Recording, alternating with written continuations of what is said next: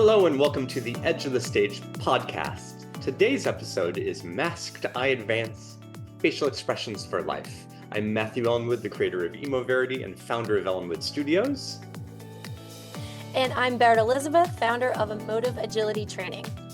Whether you're a performer or a professional, we're here to offer you techniques, tools, and tips from performer training to connect yourself to yourself and others with purpose and presence, all while navigating your life as a human. And today we are exploring the price and power of facial expressions in ourselves and in others. So performers, that price and that power means that you need to be able to use your face at its full capacity. Really expressive, unless the character, of course, has a blank face. Nonverbal communication is essential, and the face is one of the loudest canvases, but our hands, our body, our voice, our eyes, our breath are also present. You need to be able to take direction and experience more joy. If you know what you're capable of in all these regards, if you know the canvas of your face, your nervous system will be stable because you understand what the story needs. It's like blocking, it's like choreography. And in order to scale for the camera from the largest shot to an extreme close-up, you have to have nuance and very specific reactions between your mind and your facial expression to do the job on camera well. Berit, how about you outside of performance context? Yeah, well, if you are a person who wears your heart on your sleeve and you actually want to express less, this is where you want to really tune in. Or maybe it's not that you want to express less, but maybe you find that people constantly misinterpret your face. They think you're angry when you're feeling no anger at all. You're feeling something totally different. And so if you really want to align your facial expressions with your true feelings or be more aware of what is coming across through your face, I think this is really a good episode to explore. So rather than being unaware or reactive to other people's emotions, we can actually call on our emotional intelligence to strategically display the emotion that we want to express in various contexts. Yes. So as Berit was mentioning, this concept of emotional intelligence, taking that forward into context, environment, scenarios with our nonverbal communication, predicting what we're going to have happen. All of this depends on an understanding of what an emotion is. So I'm going to use the Hockenberry definition from Discovering Psychology. It's a textbook that's used by a lot of folks in undergrad for psychology. An emotion is a complex psychological state that involves three distinct components. A subjective experience. That's what we name cognitively as a feeling. I'm feeling sad. I'm feeling really angry. I'm feeling frustrated. That's the subjective component. A physiological response, that's our biology. Oh, my heart is really going fast. I'm sweating my palms. I want to swallow a lot. Physiological response. An expressive response is the behavior. That's our facial expression, our gestures, our voice. All of this is that expressive response. And this is how we basically define an emotional state. When we break each one of these components down, we generate a pathway to emotional intelligence. So today we're going to be exploring the face. From the last episode, we had a slide on emotions. Let's take a look at that again. So here we have 1800s all the way to the 70s to the contemporary era, and going from 4 emotions to 7 to 9 to however many. The point is there's no real central agreement amongst affective scientists onto how many emotions there are. So it's useful then to have a discussion about granularities, which is, it's not just sad, anger, happiness. They're all little nuanced feelings with all different kinds of facial expressions and identifications.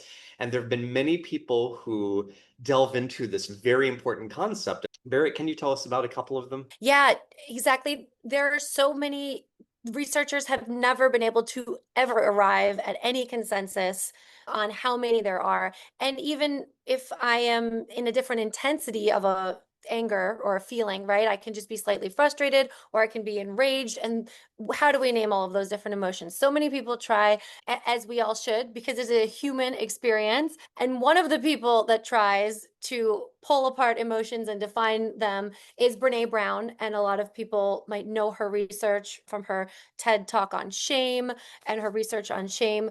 And she in here goes through an atlas of the heart, which I think there are over 80 emotions. And she describes the different contexts of them and colors of them and defines scenarios and example.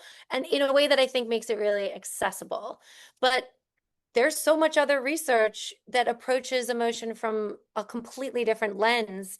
And who's to say we have not yet been able to arrive at exactly how many there are and what they each mean? Scientists have their definition of what is a primary emotion versus secondary and tertiary. But the point is, all of those, whether they're called emotional categories or feelings, for the layperson, they're all emotions, they're all feelings. And as artists, we need to be able to understand and depict them very accurately so that they can create a response in our audience. And I think in the professional world, how do we want to walk into the spaces in which we work? In the human experience, we may go through life not even feeling some emotions or never even identifying emotions that we're aware of, whether we're avoiding certain feelings, whether we know we're feeling them or not. And what I think is great about this quest to define them and name them is that it increases awareness in ourselves as to the different motivators and possibilities and energies that we're taking into each room and scenario and situation. So reading books about the different types of emotions is really helpful to understand ourselves as humans. And I know there's even a cool website of different emotional categories by a very cool researcher that you follow, right, Yeah, Matthew? Dr. Keltner is probably my favorite affect researcher out there. Apologies to everyone else. Doctor's just at the top of mine and has created such good research, and we'll put some of that in the notes. One of my favorite books of all time is his book on awe and understanding that emotion from a science and artistic aspect. It's just a beautiful text, but he's done such good work with both vocal bursts and videos and identification. We'll put those in the links for you to take a look at. Being able to have a granularity, um, Mm. as Elizabeth Feldman Barrett says, kind of gives us a rung on the ladder, right? So if we want to get more heated, we need to, for whatever reasons, where it's self-defense, we might begin with frustration, to anger, to peeved, to rage. And that might help us actually defend ourselves in a situation where we need to. Likewise, we can walk Yes. ourselves down and like, this criticism makes me enraged. I'm peeved, I'm frustrated, I'm hurt. So I'm walking And myself then you're walking down the yourself. ladder. So this concept of granularities can actually help us in this emotional regulation to upregulate to something for a defensive posture or downregulate to be more appropriate into the context and environment. And we may need to like literally pause and go away from it, or we might be able to scale that ladder in real time from rage to, I'm curious about what you just said. Can you repeat that for me? Right? So just having that Right. clarify what level of anger is appropriate in this thing. Maybe it was just misstated. Yeah. Yeah. And the ladder is such a good visual because how much coordination does it take to get down a ladder? You can't just think your way down a ladder. You need four limbs moving in concert In deliberately, balance. which in balance, which is what it makes you, what it kind of feels like when you're regulating in the heat of a very stressful emotional moment, right? Yeah, and just as we do Really balance training for ourselves as we age, right, we start to lose some of our equilibrium. So balance training early is really important. Balance training for our emotions is also important. And I know we've talked about skill drills that you do with emotive love that. eligibility, and I have skill drills that we do with EmoVerity so that we can emotionally balance and get there more readily. Love that. The muscle memory of it, The muscle of that memory of that. training. So we've moved from this emotional granularity, naming a specific feeling with a subjective experience, how it makes you feel physiological, what you're depicting it as on your face, your body, your voice. And where we want to move specifically in this episode, Mask I Advance, it's a quote from Rene Descartes, and how we're using it is with scenarios. Sometimes it's useful to put on a very specific facial expression as a part of the communication process, not to be Hmm. inauthentic.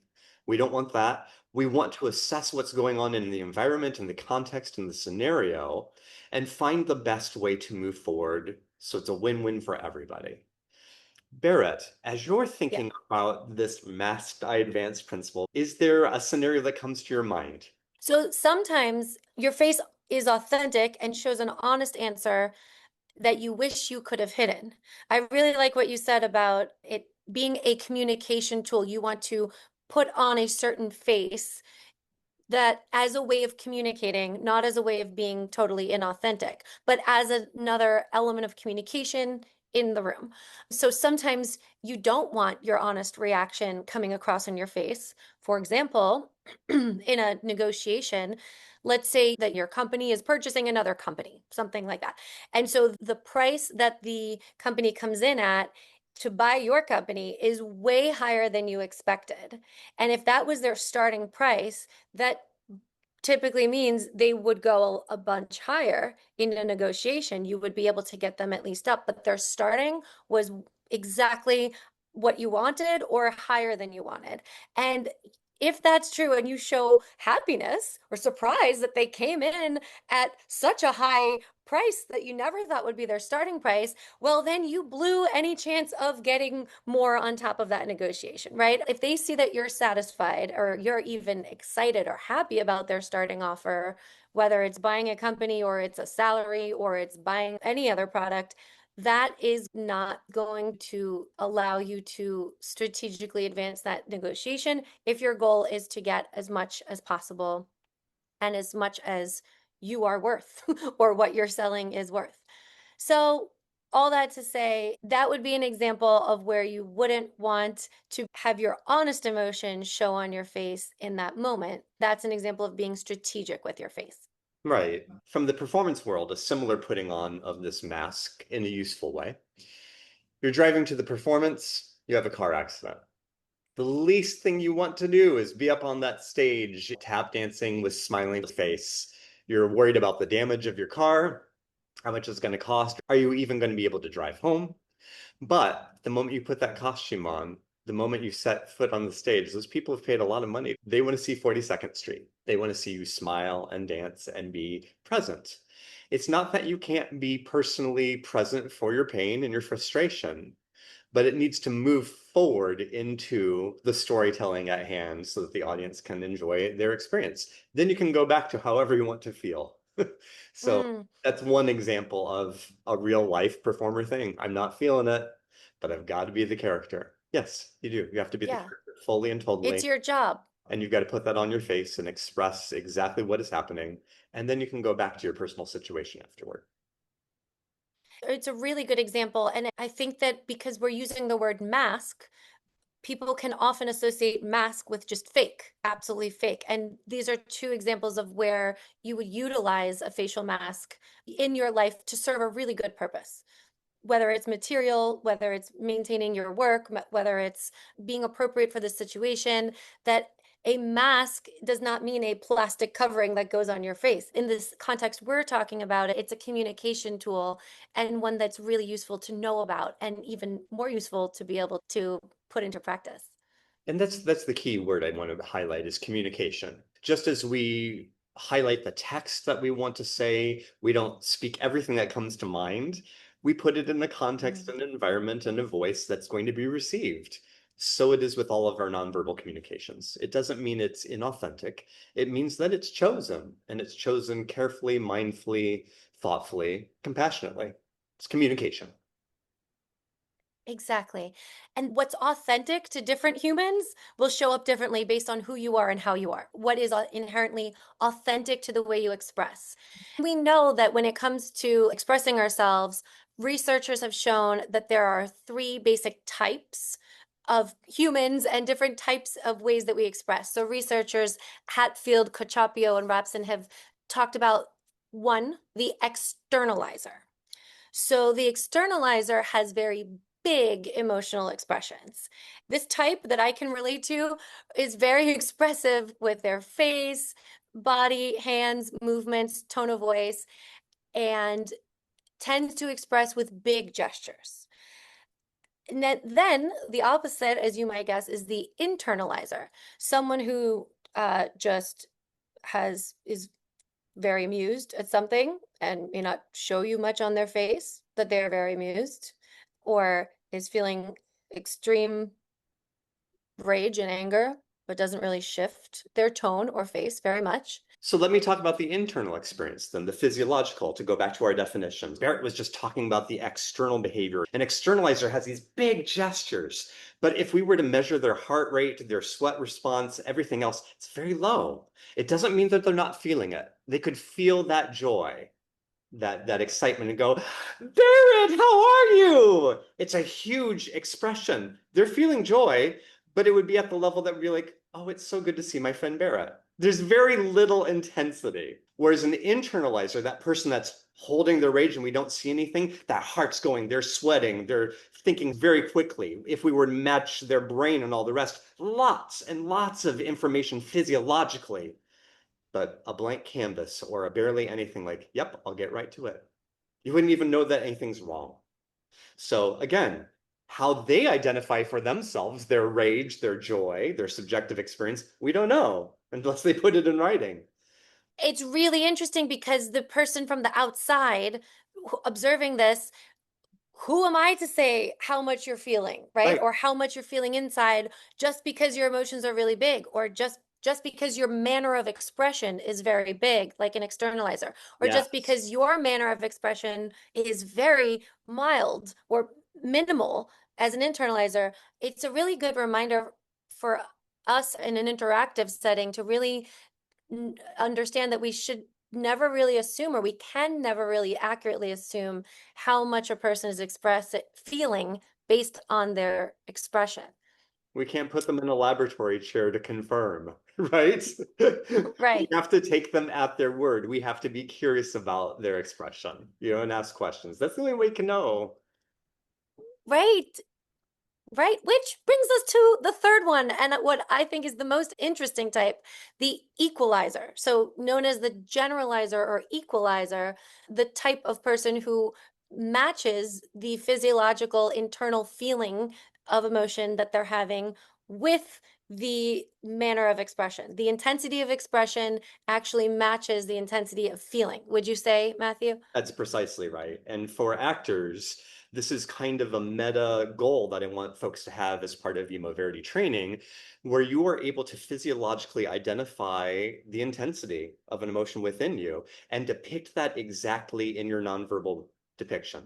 What that allows us to do is to scale things for shot size, for stage, and to sustain. So if a character is larger than life, you can't physiologically live that way for 3 hours every night.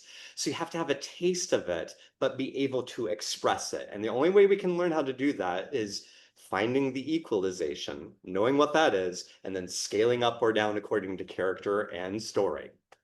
It's That essential. is so fascinating, that the idea of setting a goal, the actor's goal is to become an equalizer for sustainability of performance 8 nights a week or over and over. It truly shows you how athletic emotions are, how athletic performing is, and that there is this ability for humans in everyday life, even off stage, there is this ability to be able to set a goal of having your emotional expression match what you're feeling internally, if that is your goal, and it becomes sort of like a lever that you can pull when you are as familiar with this emotional muscle memory as possible.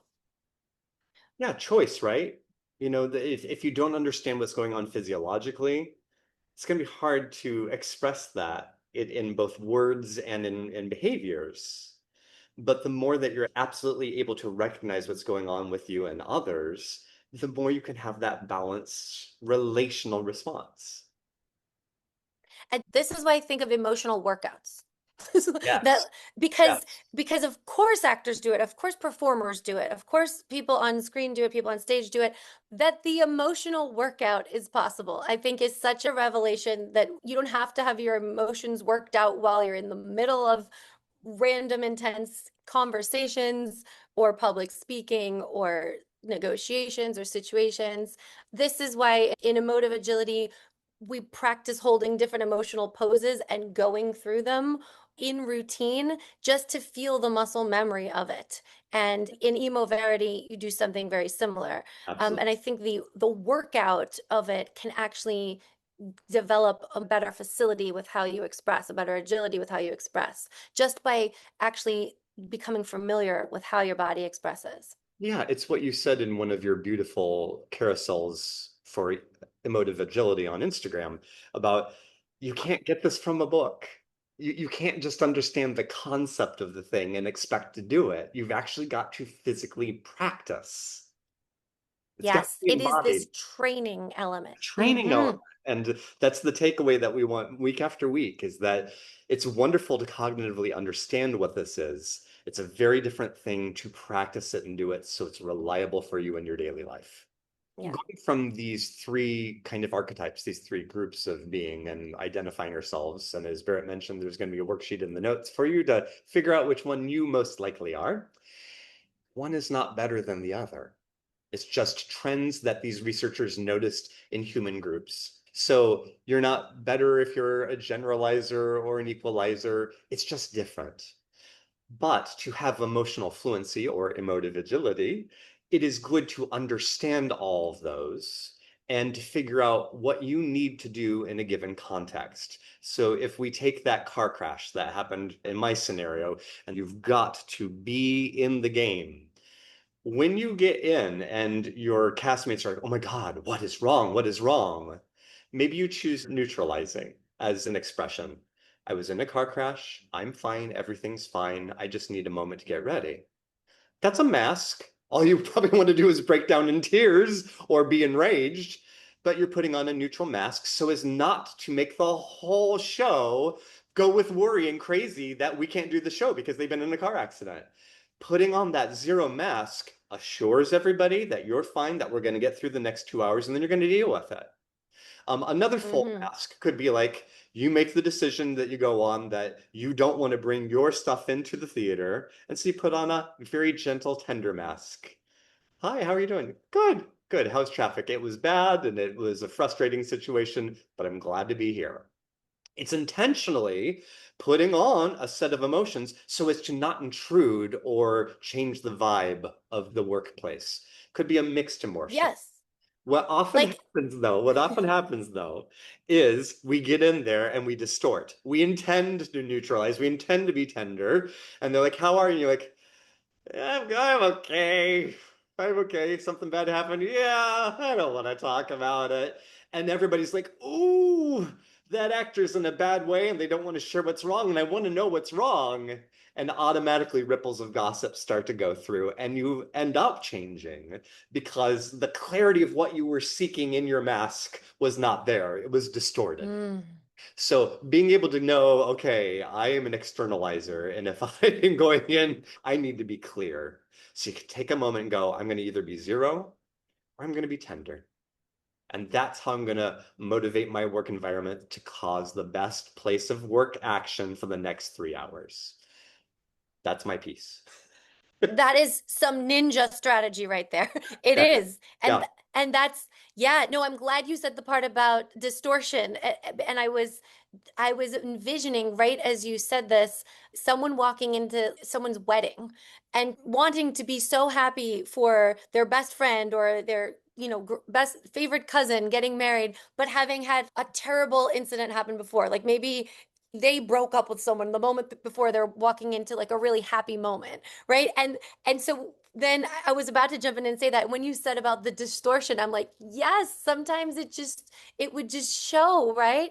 And that's natural. Like if you aren't practiced at displaying what you want to display, and then vice versa, I thought about walking into a really sad event after like the best thing of your life just happened to you. It's, it's this intense emotional awareness of our communication. Read the room. Yeah. Read the room and act appropriately, right? Don't be the outlier. Change things if things need to be changed. But right, if you just got that closer deal that you were talking about and sold your company, but you have to go to a funeral and you're like, That is not the vibe. Exactly, exactly. We could just call this episode Read the Room. How Read to the and room. how to react appropriately once you've read the room. And so Yeah, beautiful yeah, Descartes saying masked, I advanced. I think this is a wonderful way to think of that philosophical statement.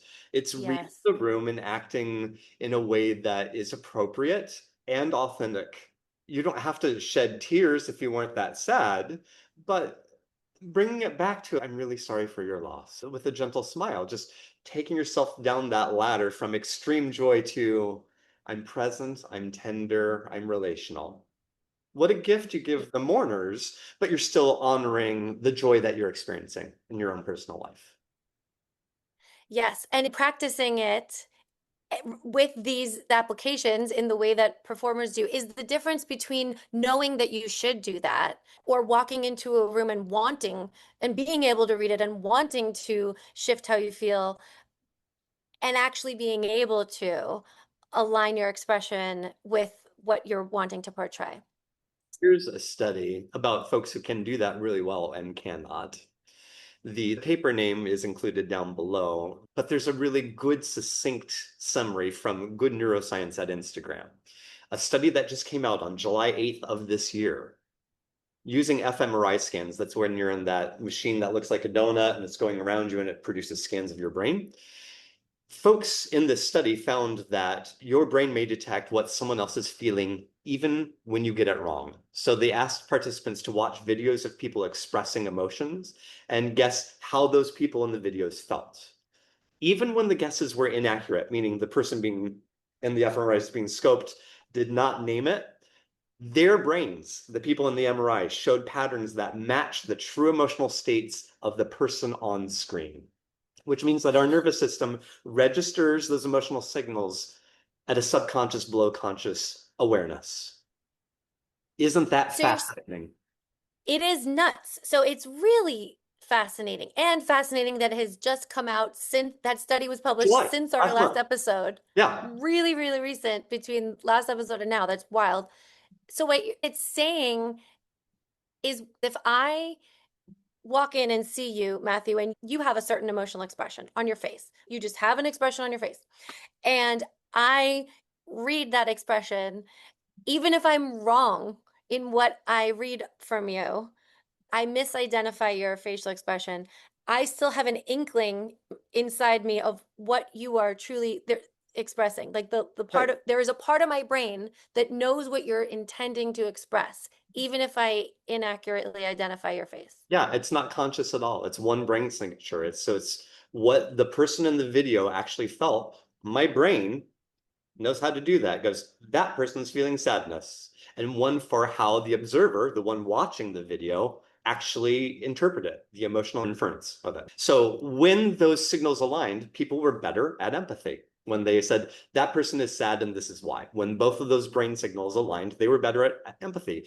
Even when they didn't match, when the person misidentified what was in the video, the brain held the trace of the real emotion that was depicted in the video.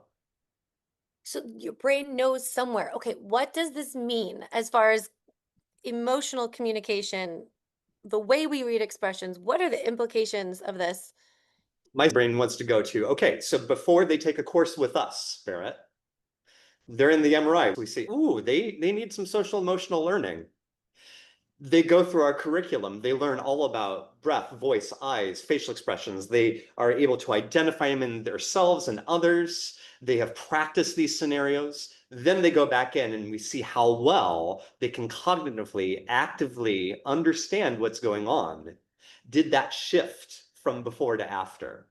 So that's where my excited brain goes. But it makes a Same, yeah. statement for the people who are really empathetic, all parts of their brain are being congruent. And for the people that are maybe having challenges with empathy or they're not able to identify it, it's a call for greater emotional intelligence learning and active learning through the body. Yes, so there is this gap between how I name the emotion I see as an observer and how my brain names the emotion I see. Barrett, can you give me an example so we can just do a little role play of what this is in a very non-scientific way? Yeah. Yeah. So I'm in the MRI, I'm looking at a video of Berit giving me an emotion. And my brain registers something very accurately as to what's being felt. And I look, Berit looks very sad. But my brain is going, Berit looks angry and confused. Did I get it right, Berit? Yes. Yes. Not So when you said sad. no. When So that angry confused is the true imprint that's happening in my brain at the deeper level, that emotional intent. And then the inference is like, Barrett looked sad. And there was a huge disconnect between the actual and the real. But my brain was picking up the actual sadness somewhere. And then my what ability to have emotional regulation, emotional intelligence, social emotional learning is what will allow me to identify more clearly with, oh, it's not sadness I'm seeing. I'm seeing this confused, like confused anger. yeah. And my evidence Yeah. is through facts, which we'll talk about in a moment.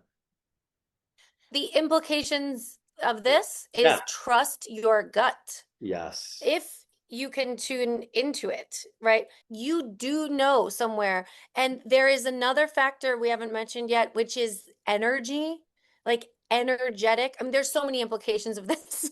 We can, yeah, this is very exciting. But when I say trust your gut, this study really highlights that you're bringing an energy into a room based on the emotion you are sending out, right? Or the emotion you are feeling. And so on the receiving end, trust your gut when you feel a feeling that is coming at you from somebody else. You may not be able to name accurately their facial expression, which is a big limitation. It's really important to be able to name and identify that accurately, but no judgment. If it doesn't come easy, it doesn't come easy. But there is a nonverbal energetic field that you can sense into. And certainly the brain can, which is so cool to hear that that has shown up on an fMRI. Yeah, I mean, like, I'm always tired when I'm around this person. I don't know why. They're such a friendly, outgoing person, but I'm always tired around them. It gives a potential explanation as to why, that the brain is picking up on the truth and their physical expression is not. There's something deeper going on with that person. Not good or bad, just different. So yeah, I'm excited by the research. Small study, first study. We Yeah. need a lot more. We need a lot more. But of its kind, this is the first one to really give us some ideas about how this empathy and human mirroring might work, and this lack between our gut and what our brain is saying, our social emotional learning. Really cool stuff. Really, really interesting. Yeah. Great. Shall we delve into the application? So putting this all to practice, something you can do, something you can practice, is playing with our face, what I call making faces. Baird is going to start us in a warm-up, and I'm going to advance that warm-up. All right, here we go. Okay, so let's start with warming up the face. So let's make your face as absolutely big as you possibly can, like stretching it out as far as you possibly can. Every muscle, I can't talk while I'm saying it. Just pull every muscle to every edge of the room, to the walls, to your left, to the right, to up to the floor or the ceiling. Right. And now let's make your face as small as you possibly can. In contrast, like a raisin, like bring all of your muscles of your face together around your nose, squinting, squinting, squeezing your face as small as you can as an absolute raisin. Very good. Okay. Yes. Nice warm up and neutral. Let's relax. Yeah. Relax the muscles.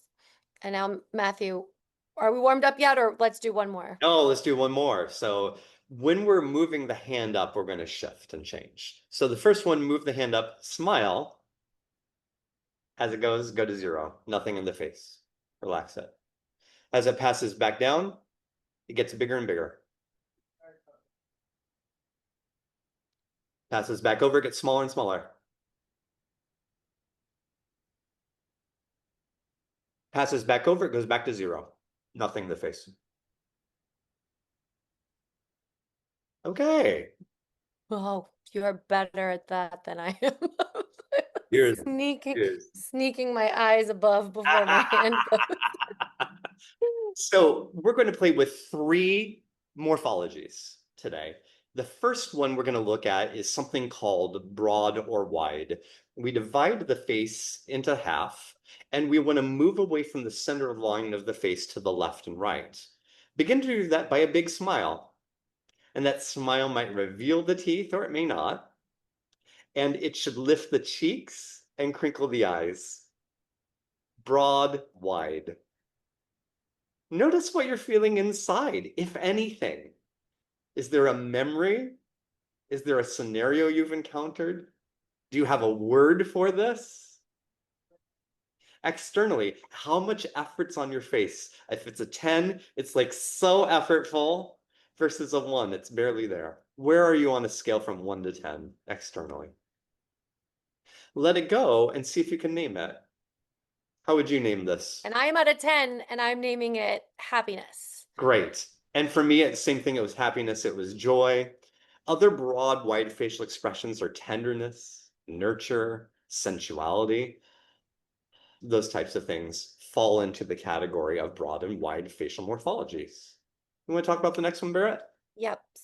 So for the next one, starting from the center of your face, lifting and having your muscles upwards and downwards, making your facial expression very long from the north to the south, even lifting your eyebrows, dropping your chin. So we're really focusing on a vertical extension from the middle of the face upward and downward. And now hold that and notice, if anything, what you start to feel. If you are looking at yourself, notice what you look like. What emotions is this morphology bringing up? Clearly, I'm looking at Matthew, seeing a state of shock or surprise. What are you feeling, Matthew? Yeah, What so do I you had a feel comes huge up? effort. I was around an 8 or a 9 in muscle effort externally, and I was just feeling that, that no way, Mm-hmm.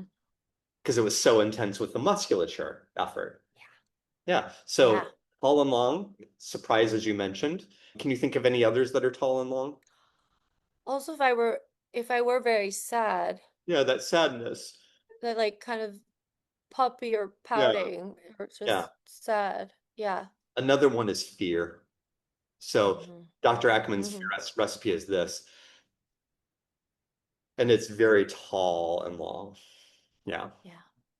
The last one we have is bunched and constricted. So previously, broad and wide, tall and long, bunched, constricted. So the area around our nose, we want to draw everything to that center of the face. So you bring your lip up to it, your eyes kind of down to it. You really wrinkle your nose, bring your lower lip up, and just internally notice memory of this, a scenario where you've seen this, a, I'm feeling grouchy. a word for it, grouchy, a good granularity, grouchy. I've Yeah, got disgusted, gross, gross smells. So disgust can be here at a lower level. It could be like anger, right? mm-hmm. Contempt, Or contempt, a bit of contempt. Yeah.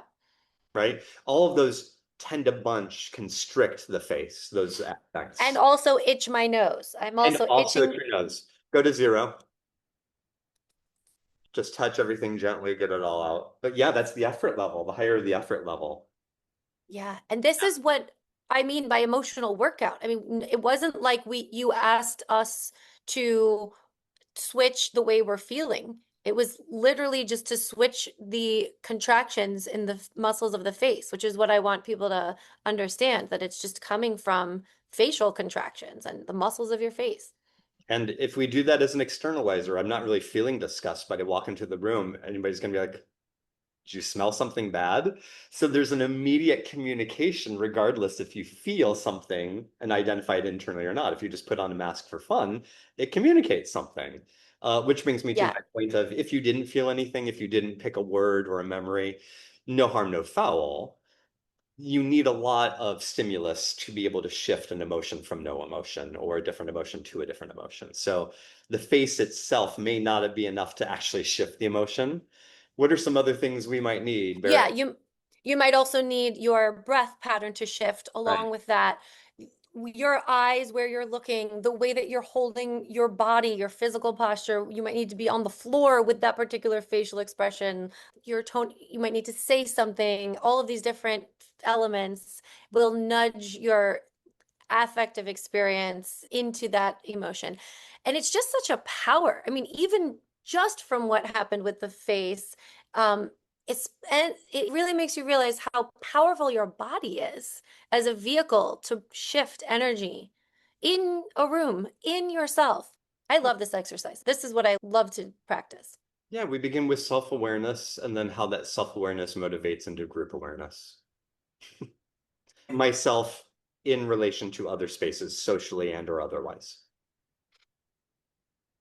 And this little exercise is just a very, very small snippet so that you can have a taste. There's really no way to get a full breath of all these exercises through a podcast, but this it alone, I think, is a great way to taste this power that you may not realize you have.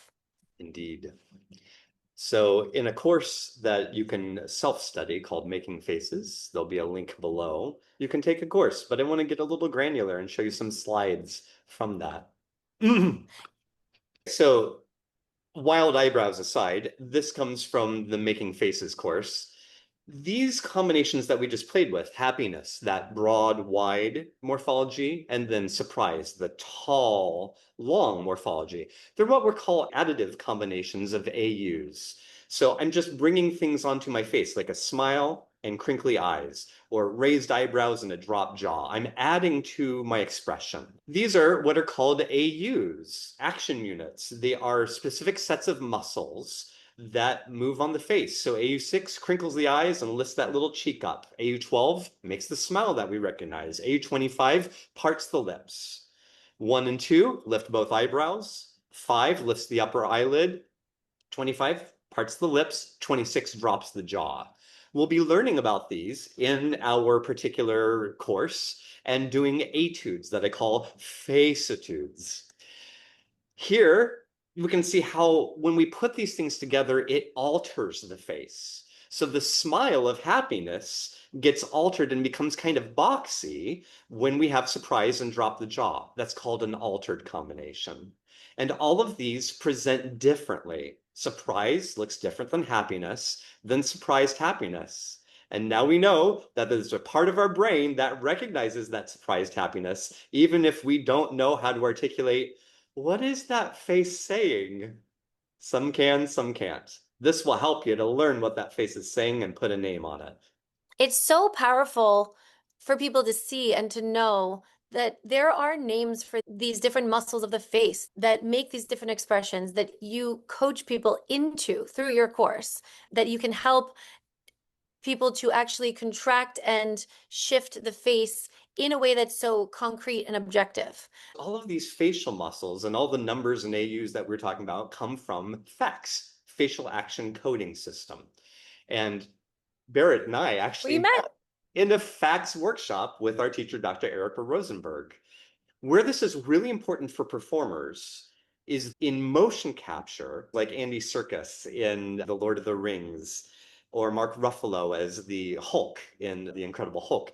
There are dots that are put all over the face, in fact, all over the body, and computers map exactly what these muscles are doing to digitize it. And our teacher actually is the chief scientific officer of Humane, which is this company that produces games. So it's her face doing these with expertise because she's the inheritor of the FACS manual. And they map onto her face all these things and digitize it so that they can create their characters with full facial expression. The better we can do that as performers, the more versatile we can be with our depiction of emotional communication. And all these slides come from a self-study course on facial expressions that Matthew created. And we're going to have a link to that in the show notes. And in the course, Matthew, there are 9 facial expressions that you talk about and the different AUs that map to each of them. So, yes, you're exactly right. And just like other arts, where the dancers learn their positions in ballet at the bar, where the musicians learn their scales, actors aren't always taught the scales of our face, the musical notation, and the harmonies we can make through our facial expressions, our body, and our voice. This course is similar to learning your musical scales, your chords, your dance positions, your yoga postures, so that you can put them together in a flow of communication. And it's for performers, but it's also for non-performers. Everybody's going to get something out of it. Which reminds me of the 9 rasas. And rasa is actually an Indian theater concept from ancient Indian Kathakali theater. And rasa is what you taste when I express an emotion. There's much more to it, but that's the quick definition. It's the energy that you feel when I am expressing an emotion. So there are 9 different emotional families or emotional energies in the rasa boxes technique, just as you teach those 9 different emotional expression groupings, emotional expressions. And so in the rasa boxes, actors and performers will go through each of these 9 rasas, making these different facial expressions physically. And that comes from Richard Schechner, who was my mentor at NYU and the founder of the entire field of performance studies. Richard Schechner came up with a performance training technique called Rasa boxes. And as you're looking at this grid on the screen, imagine each square as a area on the floor that actors step into and have a defined space to express and feel those emotions. So I think that an emotional athleticism can really be developed by moving through these rasas, by using our face, posture, breath, movement, tone of voice for each posture. And personally, I found it a great training tool to train our emotional muscle memory by sensing into those postures from a freestyle sort of perspective. So this is what's called the Rasa Boxes grid that's used as a basis for training emotive agility. It's a cool overlap, and there are differences because the facial Yeah. expressions or masks that I'm taking come from affective scientists, researchers in the West. So, what do we value as very clear emotional expressions that are universal in the West versus the things that have been around for 1500 plus years in the Indian culture? Right? There are some overlapping ones, but there are some different ones. And I think those differences are compelling and make us very aware of cultural competency. It's not East versus West, it's yes and.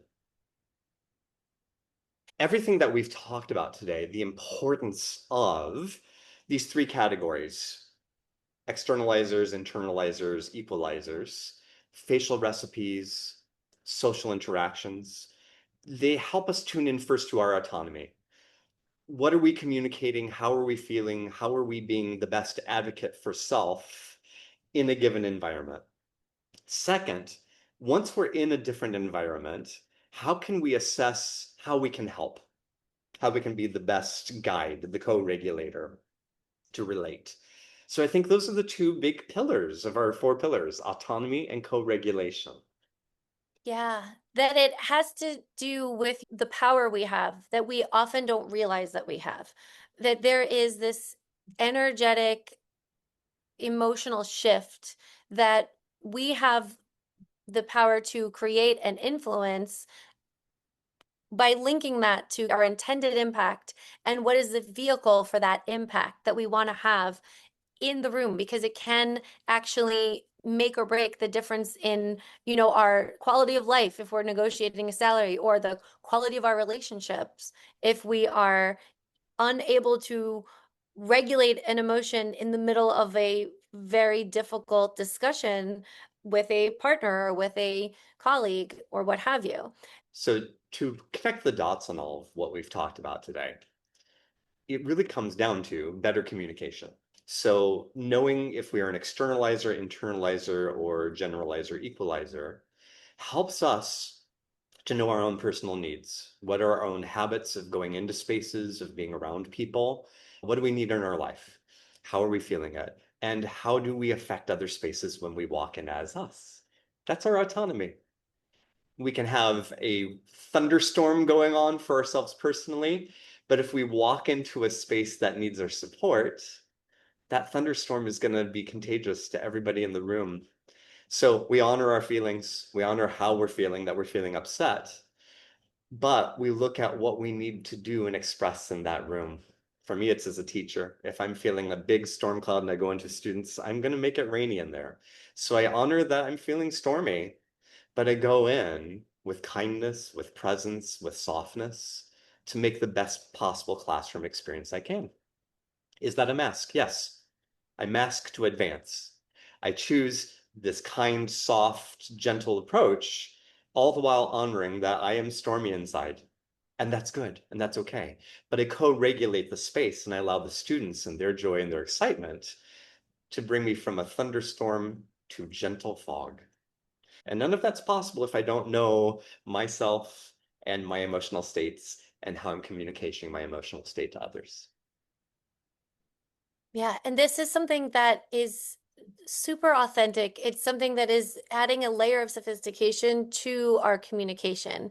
It's not something that should or can just come naturally or happen. It is something worth our attention for the reasons and examples that we gave in this podcast and that Matthew just so beautifully highlighted. This is an element of our humanity and human state of being that is worth a good amount of attention, and it really can have a huge, huge payoff. And so I think that's what we mean when we say the price and the power of facial expressions. Yeah, there is a cost, and they can be harmful or helpful. Yes, we hope you take this as a tool. If you liked what we explored with the face and what the slides were showing you, I have a course that's just about facial expressions. It's called Making Faces.